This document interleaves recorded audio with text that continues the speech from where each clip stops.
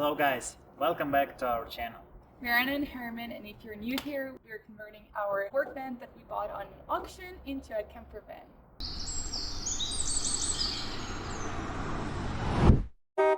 It's getting colder here in Canada, and there is one last thing we need to do before the snow.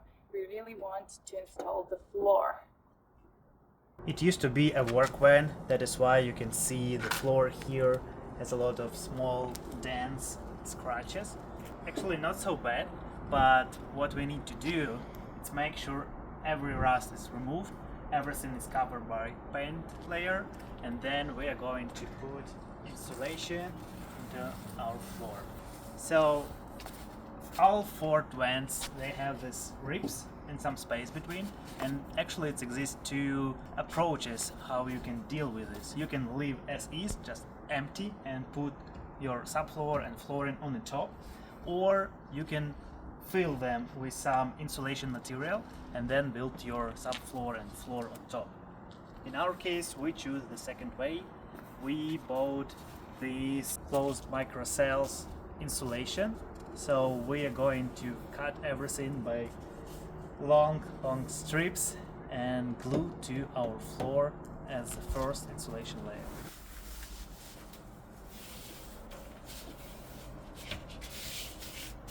So we ordered 3 rolls of the closed microcell foam from Amazon. The size, like the depth, is 3/8. It's important to make sure that it's not too high.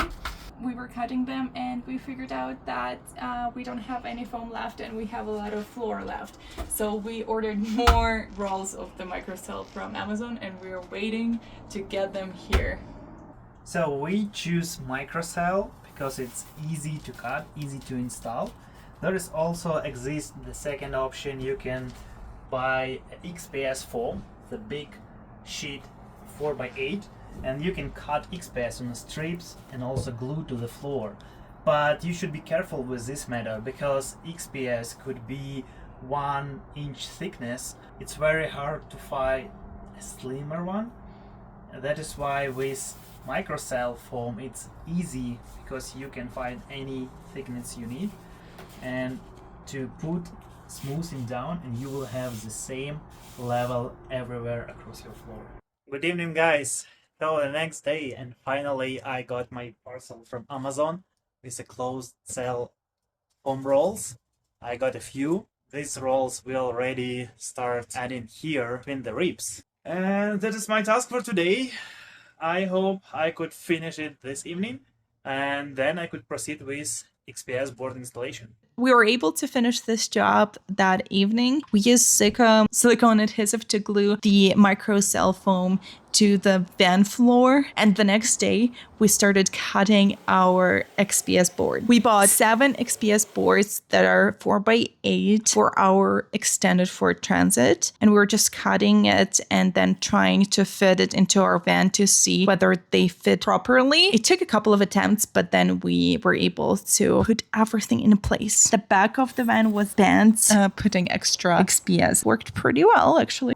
And then we used the big XPS boards to draw the shape of the floor on our plywood, and only then we started gluing it to the floor. We used liquid nails to attach the XPS. Silica wouldn't work here because we needed something way stronger, and XPS does tend to squeak a lot. The only issue was that it was super cold outside. It was already winter in Canada, and it was incredibly difficult to get those liquid nails out of the tube. So the process took us a long time, and our elbows, our arms hurt so bad. And then we repeated the whole process with the birch plywood that we used for the subfloor. We connected the pieces of the plywood using a biscuit joiner, and we also added wood glue to avoid any squeaking. Also, we left 1/2 inch space to the walls and filled it with foam, also to avoid squeaking. We glued the plywood subfloor to the XPS boards using the same liquid nails, and as soon as that was done, we started working on our heated floor. We bought heated floor from a German company called Heat. They have 12 volt, 24 volt, and even 48 volt options.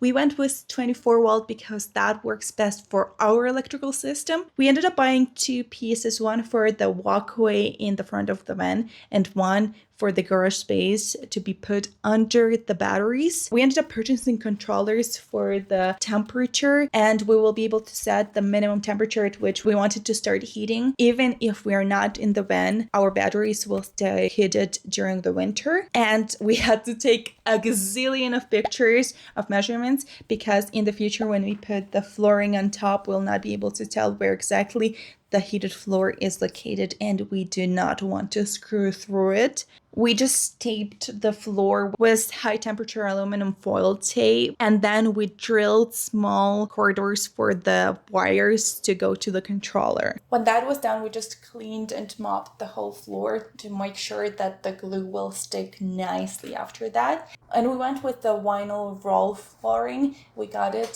from Home Depot. There are actually not many options on the market because it's not really popular for the house renovations nowadays, but it works nicely for the van.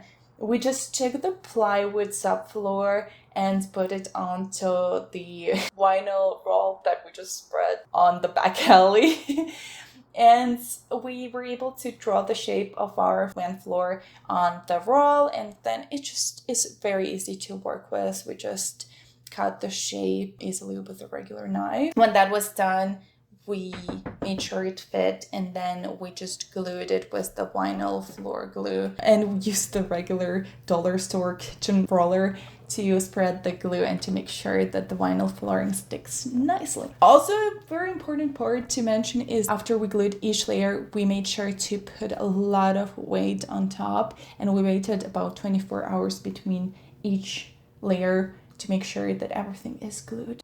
Guys, finally we finished our flooring here in our van, and actually I love how it looks right now. So let me summarize what we did to have our flooring with a heated floor complete.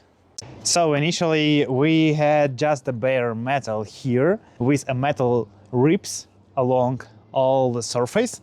So we used closed foam similar to this one. We cut it in a long strips and put as a base layer. Then we use foam, like you can see it here. We cut big sheet foams on smaller pieces and put them together as like a second layer.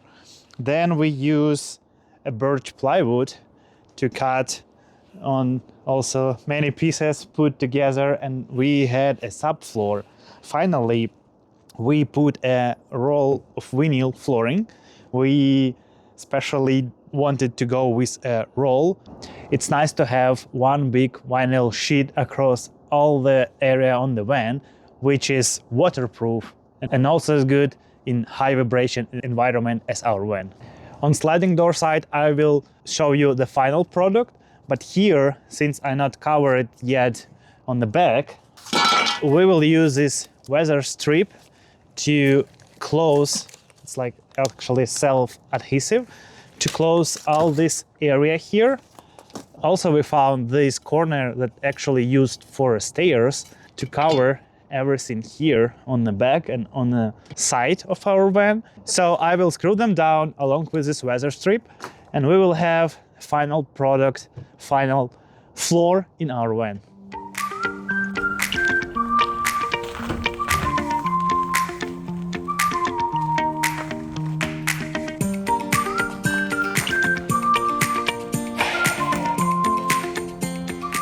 Thank you guys for watching our video.